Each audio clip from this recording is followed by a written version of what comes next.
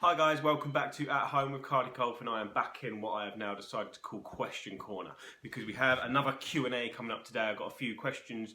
I'm just going to rattle through and give you the answers as quick as I possibly can, and I think this is question At Home Q&A number 4, so it's going to be the last in the series of Q&As because I like to keep changing it up.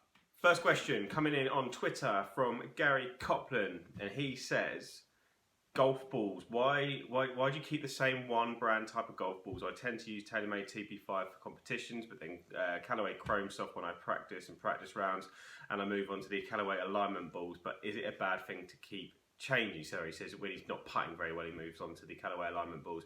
Is it a bad thing to keep changing? Not really. I mean, if there's not that much difference, let's say, to a normal golfer, and I'll include myself in the normal golfer category. If you were all for marginal gains, which the top tour pros are going to have to be, then it suddenly becomes very important to use the same ball when you practice to when you play. And they will not change balls willy-nilly. The only time they'd ever change their ball is if they have a new sponsor. So at the very, very, very top elite level, then yeah, it's probably a bad thing to keep changing golf balls. But for us normal folk, really just find something you like the feel of, find something that you like to play with, and feel free to change and experiment with different balls as and when. You know, one of your changes, you might find the ball that you like the most and then use it forever. In which case, happy days. Next question from David Brown on YouTube, and I like this because this question has come all the way from Toronto. We are going global at home with CARDYGOLF, and he says, when chipping, do you flick your wrists or do you maintain a pendulum stroke? I've seen both ways. The reason you've seen both ways, David, is because there is never really a right and wrong when it comes to so much stuff in terms of golf technique. I personally, for shorter chips, I prefer to not use my wrists too much, to keep them fairly solid. I feel like I'll be a little bit more consistent that way. But then you look at some top players and they're very wristy, flicky. It's quite handy sometimes for tempo and rhythm to use a bit more wrist. And if you need to go a certain distance, a bit longer, then you're going to need to utilise that lever. So again, no right or wrong. Work it out, work with your coach. He or she will help you create what's right for you, but there's certainly no right or wrong when it comes to that thing. But great question, thank you. I've got another couple from Tom Lord. He's asked flag in or out and why. He actually asked fag in and out or why, but then he cleared that up. He's not decided to start smoking during golf shots.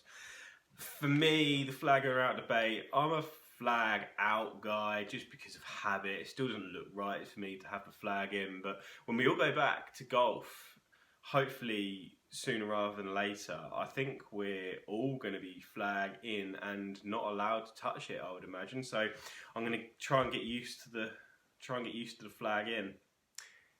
He also asked about golf attire. Is it outdated or do I like it? And he wanted me to touch on hoodies, etc. Some golf attire is outdated. Some golf attire is great. Hoodies one's interesting. I mean, funnily enough, this wasn't planned. Funnily enough, I am wearing a hoodie now, and it is a golf hoodie. It's made by Galvin Green, just to give A Company a shout out. I think they're quite smart. Like I'd wear this on the golf course. I've had one on the golf course. I wear it to coach a lot because it's warm, but I'd have no issue wearing this particular hoodie on the golf course. There's a difference between a golf hoodie and a hoodie.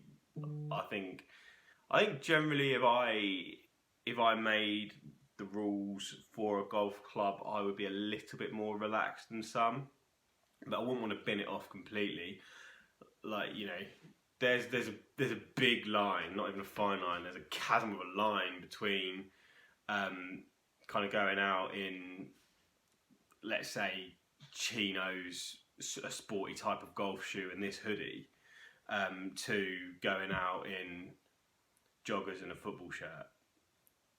You know, and I like the joggers and a football shirt look in some places, but it just looks very different. And there's golf courses where you can use it. and there's golf courses where you can't. I think the most important thing when it comes to golf attire is that you respect what the golf club want, because it's their club at the end of the day. At a members club, you know, the committee have made a decision and that should be adhered to, and at a private club the owners made a decision and that should be adhered to too.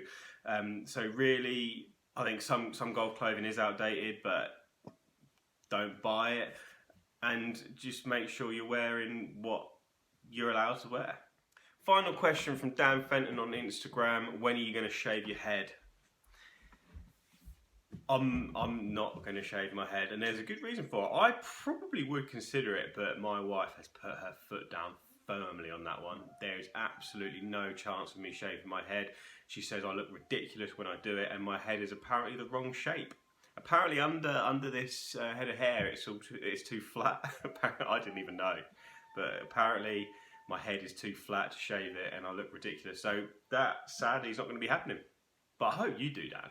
I hope you do, because I reckon you'd look great with a shaved head. Shave it off and send me a photo. Guys, anything else you would like me to answer, get your comments in below. But for now, I'm going to head off. Stay safe. See you tomorrow.